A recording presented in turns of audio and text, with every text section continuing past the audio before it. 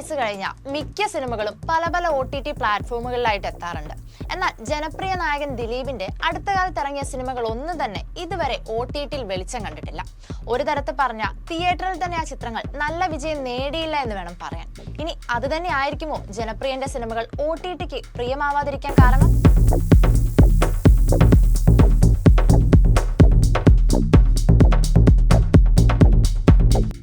പണ്ട് തിയേറ്ററുകളിൽ മാത്രം റിലീസ് ചെയ്തിരുന്ന സിനിമകൾ ടിവിയിൽ വരാൻ കാത്തിരുന്ന ഒരു കാലം ഉണ്ടായിരുന്നു. ഓണത്തിനോ വിഷുവിനോ ഒക്കെ സമയം കണ്ടെത്തി ആ സിനിമകൾക്ക് വേണ്ടി കാത്തിരുന്ന ആ കാലമൊക്കെ കഴിഞ്ഞു. ഇപ്പോൾ തിയേറ്ററുകളെക്കാൾ അധികം സിനിമകൾ OTTയിൽ ഇറങ്ങുന്നുണ്ട്. ഇനി തിയേറ്ററിൽ ഇറങ്ങിയാലും 10-35 ദിവസത്തിനുള്ളിൽ അത് OTTയിലും എത്തും. അങ്ങനെ അടുത്തിടെ ഇറങ്ങിയ ഗുരുവായൂർ അമ്പലനടയിൽ, ജയ് ഗണേശ്, വർഷങ്ങൾക്ക് ശേഷം ആവേശം തുടങ്ങി പല ചെറുതും വലുതുമായ സിനിമകളിൽ വലിയൊരു ഭാഗവും OTTയിൽ എത്തിയിട്ടുണ്ട്. പലതും എത്താനും ഇരിക്കുന്നുണ്ട്. എന്നാൽ കഴിഞ്ഞ വർഷവും ഈ വർഷവുമായൊക്കെ ഇറങ്ങിയ ദിലീപിന്റെ ചിത്രങ്ങൾ ഇതുവരെ OTTയിൽ എത്തിയില്ല.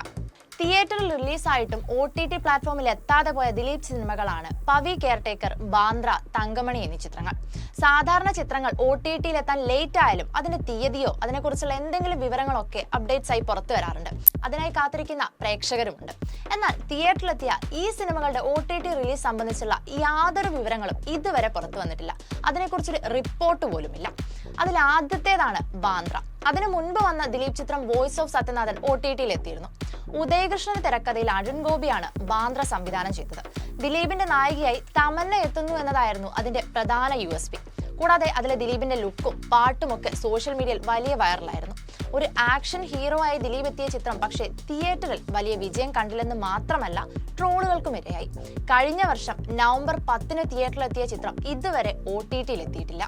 അടുത്തത് കേരളത്തെ തന്നെ ഞെട്ടിച്ച ഏറ്റവും ക്രൂര സംഭവങ്ങളിലൊന്നായ തങ്കമണി വെടിവെപ്പ് ബേസ് ചെയ്ത ചിത്രമായിരുന്നു. രതീഷ് രഘുനന്ദന്റെ തങ്കമണി ഇറങ്ങുന്നതിന് മുന്നേ തന്നെ വലിയ പ്രതീക്ഷയോടെ എത്തിയ ചിത്രം പക്ഷേ പ്രതീക്ഷിച്ചത്ര ഹിറ്റായിരുന്നില്ല തിയേറ്ററിൽ നൽകിയത്. നീതാ പിള്ളയും പ്രണീത സുഭാഷുമാണ് ദിലീപിനെ നായകന്മാരായി എത്തിയത്. ഈ വർഷം മാർച്ച് 7 തിയേറ്ററിൽ റിലീസായ തങ്കമണിയും ഇതുവരെ OTTയിലേക്ക് വന്നിട്ടില്ല. പഴയകാല ദിലീപിന്റെ തിരിച്ചുവരവായിരിക്കുമെന്ന് പ്രേക്ഷകരെ കൊണ്ട് പ്രതീക്ഷിപ്പിച്ച ചിത്രമായിരുന്നു കോമഡി ജോണറിലെത്തിയ പവി കെയർടേക്കർ. രാജേഷ് രാഘവന്റെ തിരക്കഥയിൽ വിനീത് കുമാർ ആയിരുന്നു സംവിധാനം.